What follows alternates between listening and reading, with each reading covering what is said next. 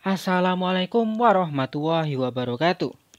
Di video kali ini mari kita bahas berbagai konsep dasar yang mendasari genetika dan pewarisan sifat pada makhluk hidup. Oke, ini merupakan Drosophila melanogaster atau kita kenal juga sebagai lalat buah. Organisme ini merupakan organisme yang paling sering digunakan di dalam bidang genetika maupun di bidang biologi. Organisme ini sering membantu para ilmuwan untuk mempelajari berbagai fenomena yang ada di dalam makhluk hidup.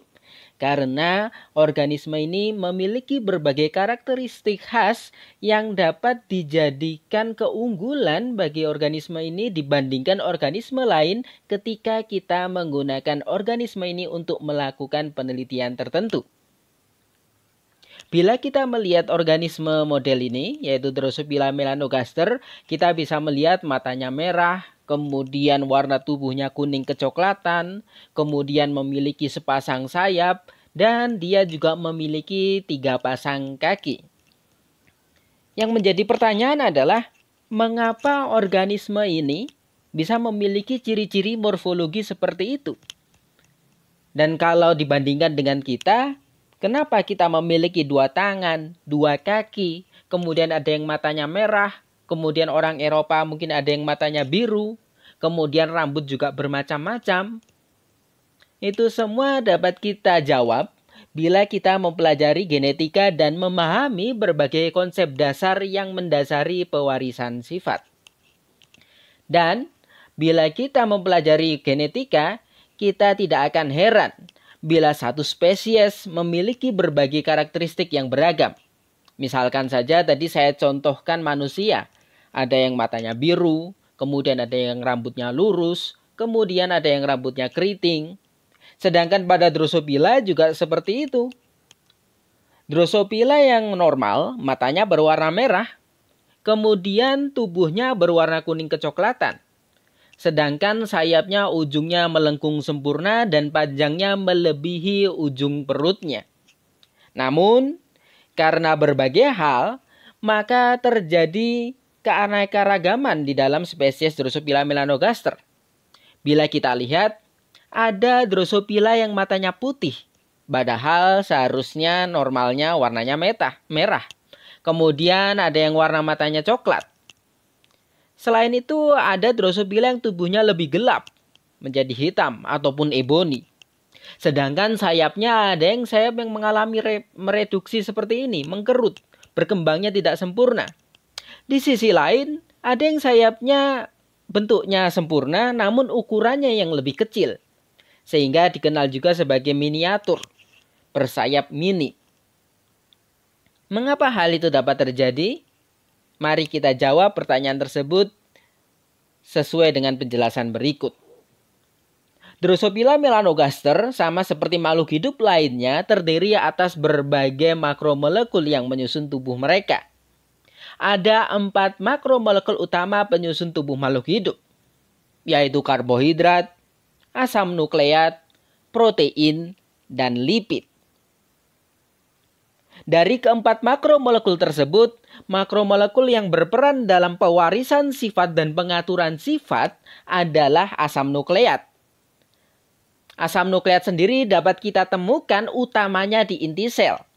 Dan kalau kita mempelajari biologi, kita mengetahui bahwa seluruh makhluk hidup tersusun atas sel.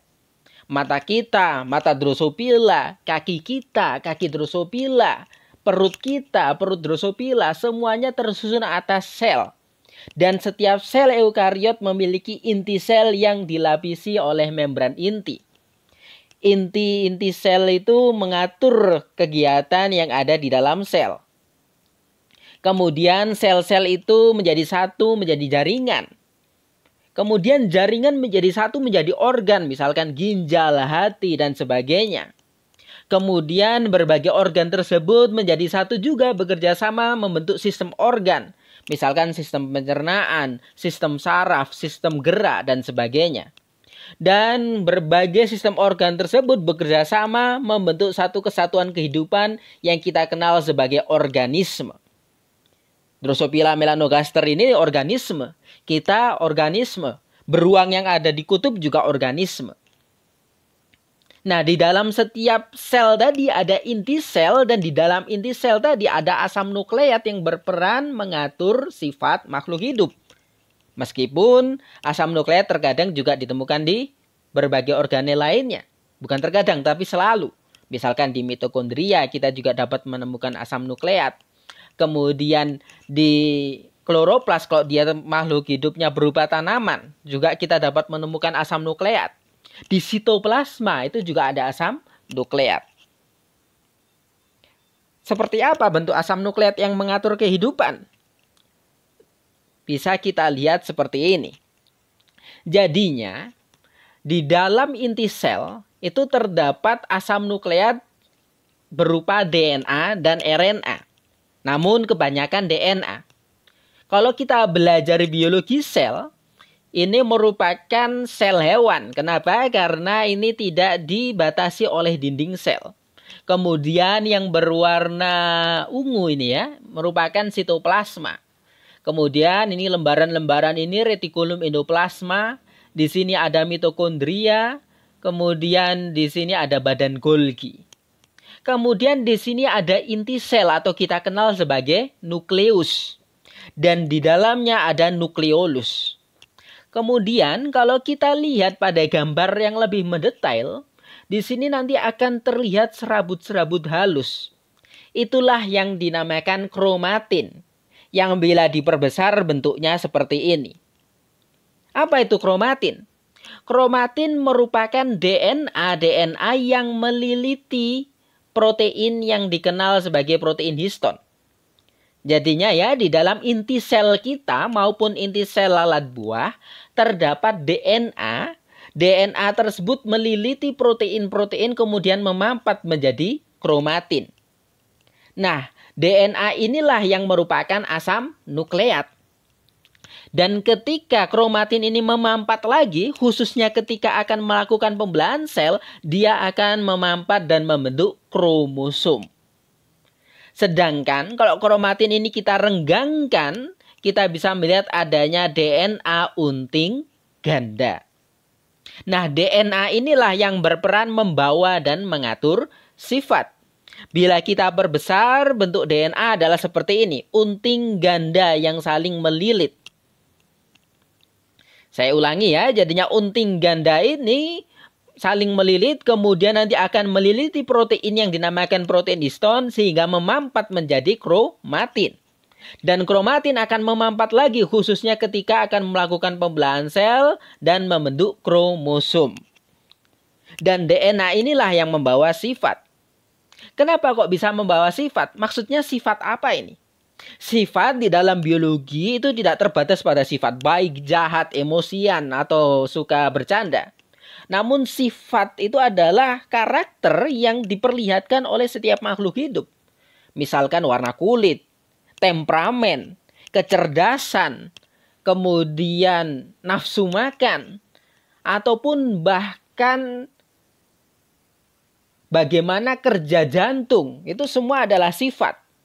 Kemudian golongan darah itu juga sifat. Kenapa DNA ini yang ada di dalam sel dapat mengatur sifat makhluk hidup? Dan mengapa kita, manusia dan Drosophila memiliki sifat yang jauh berbeda? Jawabannya adalah berkaitan dengan struktur dari DNA tersebut. Bila kita luruskan, ini kan melilit ya. Kalau kita luruskan, dapat kita lihat secara jelas DNA itu kan sebetulnya makromolekul. Makro itu besar, molekul itu ya molekul. Jadinya DNA itu termasuk kelompok molekul besar. Dan dia juga termasuk ke dalam polimer. Polimer adalah makromolekul yang tersusun atas monomer-monomer. Monomer itu unit yang berulang. Misalkan kita membuat dinding yang tersusun atas batu bata. Kita anggap dinding tersebut adalah polimer. Sedangkan batu bata adalah monomer. Atau ketika kita melihat rantai. Setiap mata rantai itu adalah monomer dan berulang-ulang menjadi rantai yang panjang. Dan rantai panjang itu kita anggap sebagai polimer. Demikian pula juga DNA. DNA ini polimer. Dia itu asam nukleat. Monomernya adalah nukleotida.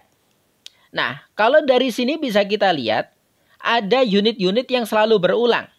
Ini ada segi 5, ada P, kemudian dia memegang 2 persegi lagi.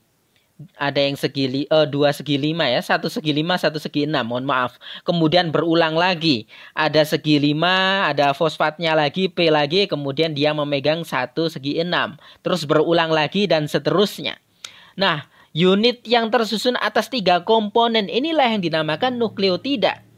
Dan nukleotida berulang-ulang sehingga menjadi rantai asam nukleat.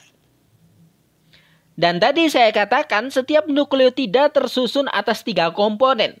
Yaitu yang pertama P. P ini gugus fosfat. Kemudian segi 5 ini adalah gula. Karena ada 5 segi dan dia nanti akan, kalau kita perdetail gambarnya, tersusun atas 5 karbon. Maka gula ini termasuk ke dalam gula pentosa. Jadinya nanti kalau kita perbesar, di sini ada atom oksigen, kemudian ada C pertama, C kedua, C ketiga, C keempat, dan C kelima yang nanti akan berikatan dengan fosfat. Dia dianggap sebagai gula pentosa. Penta itu 5. Karena tersusun atas 5 atom karbon. Kemudian komponen ketiga dari asam nukleat yaitu basa nitrogen. Nah, yang di samping inilah yang dinamakan basa nitrogen. Jadinya basa nitrogen, gula pentosa, dan gugus fosfat ini membentuk satu nukleotida. Satu nukleotida berikatan dengan nukleotida lain dan berikatan dengan nukleotida lainnya dan seterusnya sehingga membentuk rantai asam nukleat. Di gambar ini merupakan DNA. Dan seperti yang saya katakan tadi, DNA termasuk ke dalam asam nukleat. Dan pada umumnya, tapi tidak selalu ya, pada umumnya DNA itu, satu molekul DNA itu akan membentuk lilitan dengan rantai DNA yang lain sehingga DNA tersusun atas 2 rantai seperti ini. Kenapa? Karena satu rantai DNA bisa berinteraksi dengan DNA yang lain. Sekarang kembali lagi ke komponen penyusun nukleotida. Di sini ada basa nitrogen. Dan bila kita lihat, ternyata basa nitrogen ini ada 4 macam. Di sini diskemakan ada yang warnanya ungu, terdiri atas 1 segi 5 dan 1 segi 6. Kemudian ada yang berwarna hijau, tersusun atas 1 segi 6. Kemudian ada yang berwarna putih agak abu-abu. Kemudian juga ada yang berwarna kuning kehijauan. Di sini dituliskan A, ini T, ini G, ini C. A itu singkatan dari adenin, T itu timin, G itu guanin, dan C itu sitosin. Itulah basa-basa nitrogen. Jadinya setiap nukleotida itu bisa membawa salah satu dari keempat basa nitrogen tadi. Ada nukleotida yang membawa adenin, ada nukleotida yang membawa timin, ada nukleotida yang membawa guanin, dan ada pula nukleotida yang membawa sitosin. Sehingga satu rantai DNA ini nanti bisa membawa urutan basa nitrogen yang bermacam-macam. Misalkan ada rantai DNA yang sangat panjang, kalau nanti kita baca basa nitrogennya bisa saja seperti ini. A, G, A, G, A, T, C, T, C, A, G, A, T, A, T, A, dan seterusnya. Inilah yang akan menentukan sifat kita. Urutan basa nitrogen inilah yang akan menentukan bagaimana bentuk tubuh kita, bagaimana kerja organ kita, dan bagaimana sikap kita ketika kita melihat atau menghadapi kondisi tertentu. Kenapa? Karena basa nitrogen ini nantinya akan disintesis, akan mengalami proses transkripsi dan translasi hingga akhirnya membentuk protein. Dan protein itu 2 peranan utamanya adalah sebagai struktural dan fungsional. Dikatakan struktural karena akan menyusun struktur tubuh makhluk hidup. Dikatakan fungsional karena dia memiliki fungsi tertentu khususnya sebagai katalisator. Memfasilitasi reaksi-reaksi di dalam metabolisme. Biasanya berupa enzim. Nah, kenapa manusia itu memiliki tangan dan sebagainya? Kenapa tangannya bentuknya 5? Karena ketika perkembangan ketika embrio di dalam rahim ibu kita, ada perintah sel-sel, sebagian sel yang ada di selaput tangan kita itu membunuh dirinya sendiri. Jadinya mematikan sel itu sendiri. Sel itu mengatur, oh saya harus mati, sehingga nanti bentuk tangan yang berhasil dibentuk adalah terdiri atas 5 jari yang tidak ada selaputnya. Kenapa? Karena selnya diatur untuk mati. Kenapa kok bisa diatur untuk mati? Karena ada urutan basa tertentu, yang urutan basa tertentu nanti akan membentuk protein, dan protein tersebut terlibat dalam proses pematian sel. Begitu pula juga warna mata Drosophila. Kenapa kok warna matanya merah? Karena ada berbagai urutan basa nitrogen. Berbagai urutan basa nitrogen tersebut nanti akan membentuk enzim. Dan enzim tersebut akan memfasilitasi proses metabolisme, sehingga metabolisme tersebut nanti menghasilkan warna mata yang merah dari proses pigmentasi warna mata.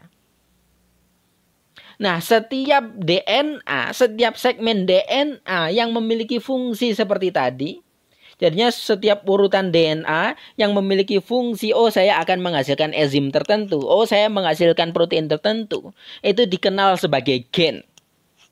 Jadinya saya ulang ya. Misalkan di sini ada segmen DNA, kemudian sepanjang segmen DNA ini ada urutan basa nitrogen yang nanti akan bisa ditranskripsi dan ditranslasikan menghasilkan protein, maka segmen DNA tersebut dikenal sebagai gen. Ya, misalkan ini. Misalkan sepanjang ini segmen ini memiliki urutan basa tertentu, kemudian akan melakukan transkripsi dan translasi, kemudian menghasilkan protein, sehingga segmen DNA ini punya fungsi tertentu. Karena memiliki fungsi tertentu, maka disebut sebagai gen. Dan fungsi gen tidak selalu mensintesis protein. Ingat ya, gen tidak selalu perannya menghasilkan protein, mensintesis protein. Selama segmen DNA tersebut memiliki fungsi, dia kita kenal sebagai gen. Nah, gen inilah unit-unit yang mengatur sifat. Yang seperti yang saya jelaskan tadi. Karena ada banyak gen, maka setiap gen nanti akan misalkan menghasilkan protein, dan protein tersebut nanti akan terlibat dalam jalur metabolisme tertentu, sehingga akan mengatur sifat kita. Mengatur mengapa jari kita ada 5, mengatur mengapa warna mata kita misalkan ada yang hitam, coklat, biru, dan sebagainya.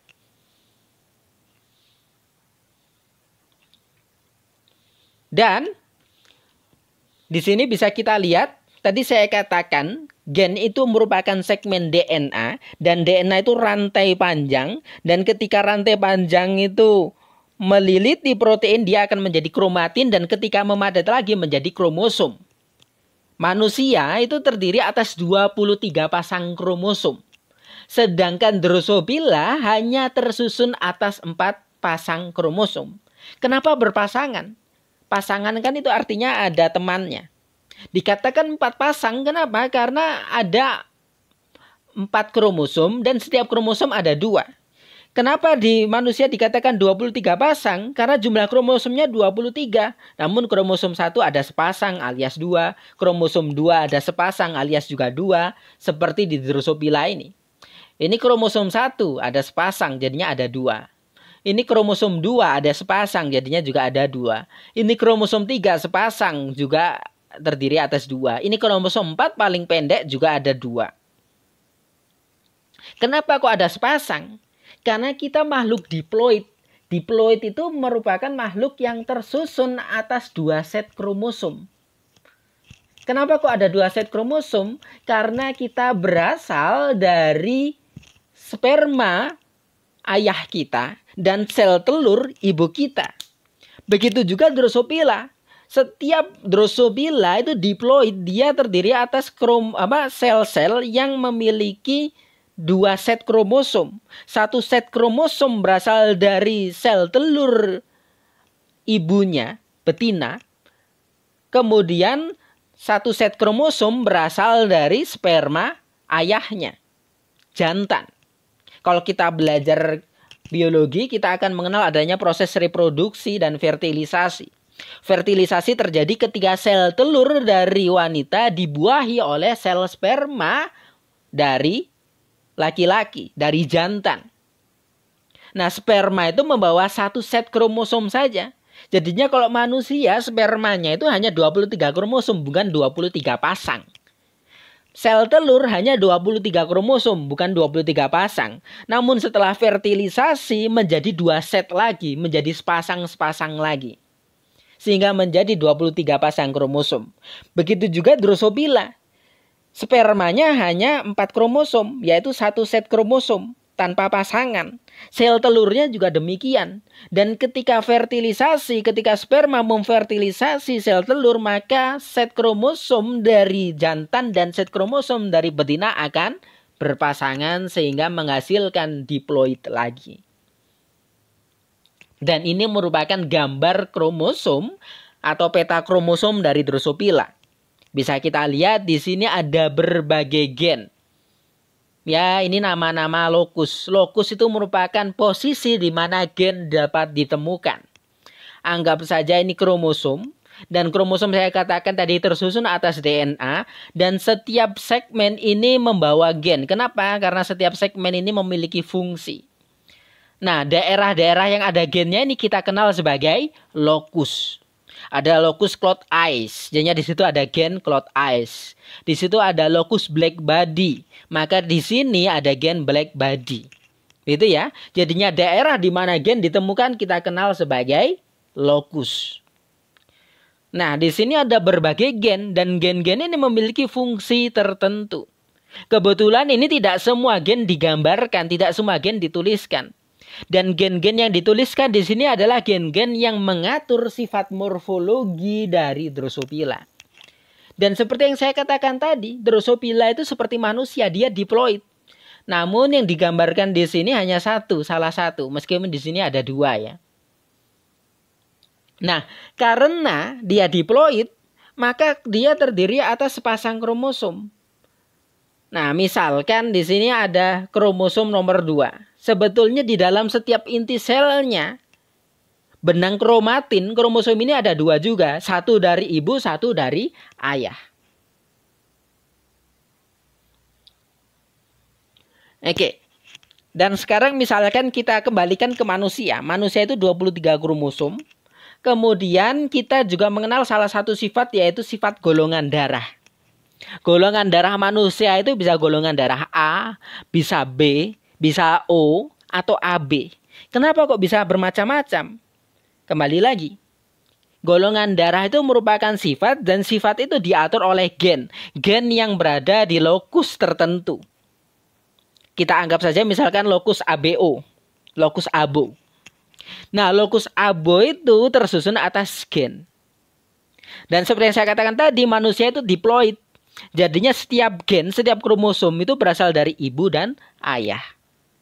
Ketika ibunya membawa gen dengan alel A, sedangkan ayahnya membawa alel B, maka ketika terjadi fertilisasi maka akan menghasilkan embrio yang membawa alel A dan B. Sehingga golongan darah dari manusia atau anak tersebut adalah AB. Kemudian kalau ibunya itu golongan darahnya B, ayahnya golongan darahnya A, maka ibu akan menghasilkan sel telur yang membawa alel B, sedangkan ayah yang tadi golongan darah A memiliki sperma yang membawa gen yang alelnya A. Akan bergabung membentuk AB. Kalau ibunya B, bapaknya B, maka bisa saja sperma dari bapaknya itu B, sel telur dari dari ibunya itu B, dan ketika fertilisasi terjadi, anaknya yang dihasilkan memiliki golongan darah B. Begitu ya. Dan di sini kita mengenal istilah baru, yaitu alel. Alel itu apa? Alel itu variasi gen. Tadi saya katakan golongan darah itu dapat kita anggap diatur oleh gen yang ada di lokus ABO. Dan alelnya, variasi gen yang menyusun atau ditemukan di lokus tersebut ada 3 macam. Bisa alel A, bisa alel B, bisa juga alel O atau 0. Ketika alel A bertemu dengan alel A ketika fertilisasi, maka golongan darahnya menjadi A. Ketika alel A bertemu dengan alel B, maka akan membentuk golongan darah AB. Ketika alel B berpasangan dengan alel B juga akan membentuk golongan darah B. Ketika alelnya 0 atau O berpasangan dengan alel O atau 0 akan membentuk golongan darah O. Begitu ya. Jadinya alel itu variasi gen yang dapat kita temukan di satu lokus. Sehingga gen itu alelnya bisa bermacam-macam. Sehingga membentuk variasi. Begitu juga kenapa kok warna mata itu bermacam-macam? Karena ada berbagai macam alel. Kenapa warna kulit itu bermacam-macam? Karena ada berbagai macam alel yang ada di gen-gen yang mengatur warna kulit. Dan begitu juga di Drosophila. Ya, ini kita lihat Drosophila itu matanya bisa warna-warni, bisa putih, bisa oranye, bisa coklat, bisa merah, kemudian bisa ke ungu, bisa menjadi hitam. Kenapa? Karena kalau kita lihat di sini ada berbagai lokus yang membawa atau dapat ditemukan gen-gen pengatur warna mata. Di sini ada lokus white eyes, di situ ada gen mengatur warna mata. Kemudian di sini ada cloud eyes, mengatur warna mata juga. Yang belakangnya eyes itu, EY itu merupakan gen-gen yang mengatur warna mata. Nah, karena ada variasi alel di setiap makhluk hidup, khususnya di setiap Drosophila, maka satu spesies bisa membawa warna mata yang berbeda-beda. Dan bisa saja satu makhluk hidup itu membawa satu alel yang sama. Misalkan kita ambil salah satu gennya. Di sini ada gen white eyes, kita singkat sebagai W. Misalkan alelnya itu bisa W+, bisa W. Kalau alelnya W+, warna matanya menjadi merah. Kalau alelnya W, dia warna matanya menjadi putih. Sehingga kalau ada organisme yang genotipnya, yang susunan alelnya W+, matanya menjadi merah. Kalau dia WW, dia menjadi putih. Kenapa kok saya bilang W+, kenapa saya ulang 2 kali? Karena ingat, Drosophila itu diploid sehingga dia tersusun atas 2 gen. 2 alel. Begitu ya, ketika W+W, maka dia dikatakan heterozigot. Kenapa? Karena gennya tersusun atas alel yang berbeda. Nah, kita mengenal istilah baru ya. Ketika alelnya yang ditemukan berbeda, maka dia dikatakan heterozigot. Namun kalau WW itu homozigot. Homo itu sama. Kalau organisme membawa W+, dia juga homozigot. Tapi kalau W+W, dia heterozigot. Sama seperti golongan darah manusia. Kalau alelnya AA, dia homozigot. BB, homozigot. AB, itu heterozigot. Nanti kita lihat manakah yang dominan. Nah, kebetulan pada golongan darah, alel A dan alel B sama-sama dominan. Sehingga yang dimunculkan sifatnya adalah golongan darah AB. Berbeda dengan W+W tadi. Ketika W+W membentuk warna mata merah. Ketika WW akan membentuk warna mata putih. Namun ketika W+ berpasangan dengan W, yang menang W+. Dan W+ tadi mengatur warna mata merah. Sehingga yang muncul adalah sifat merah, bukan merah putih. Begitu ya. Nah, di sini kita mengenal istilah baru, homozigot dan heterozigot. Oke. Demikian penjelasan saya terkait konsep-konsep dasar di dalam genetika dan pola pewarisan sifat. Tadi kita mengenal adanya kromosom di dalam inti sel, yang kemudian kalau direnggangkan menjadi kromatin, yang kemudian kalau direnggangkan lagi menjadi DNA. Segmen DNA yang memiliki fungsi tertentu kita kenal sebagai gen. Nah, gen itu karena dia merupakan segmen DNA, kalau kita renggangkan lagi tersusun atas nukleotida yang membawa basa nitrogen. Urutan basa nitrogen inilah yang menentukan sifat. Karena basa nitrogen nanti akan ditranskripsi kemudian ditranslasi menghasilkan protein. Dan protein itu terlibat dalam berbagai metabolisme, dan metabolisme akhirnya akan menentukan sifat akhir dari makhluk hidup. Dan pada organisme diploid, kromosomnya terdiri atas sepasang. Satu pasang dari ayahnya, satu pasang dari ibunya. Dan setiap gen bisa saja membawa alel yang berbeda, di mana alel itu sendiri adalah variasi dari gen. Nah, keberadaan alel yang bermacam-macam ini menyebabkan sifat satu spesies antara satu individu dengan individu yang lain bisa berbeda-beda. Oke, terima kasih atas perhatiannya. Pada kesempatan video lainnya kita akan bahas bagaimana caranya kita menghitung frekuensi genotip dan frekuensi alel. Terima kasih. Assalamualaikum warahmatullahi wabarakatuh.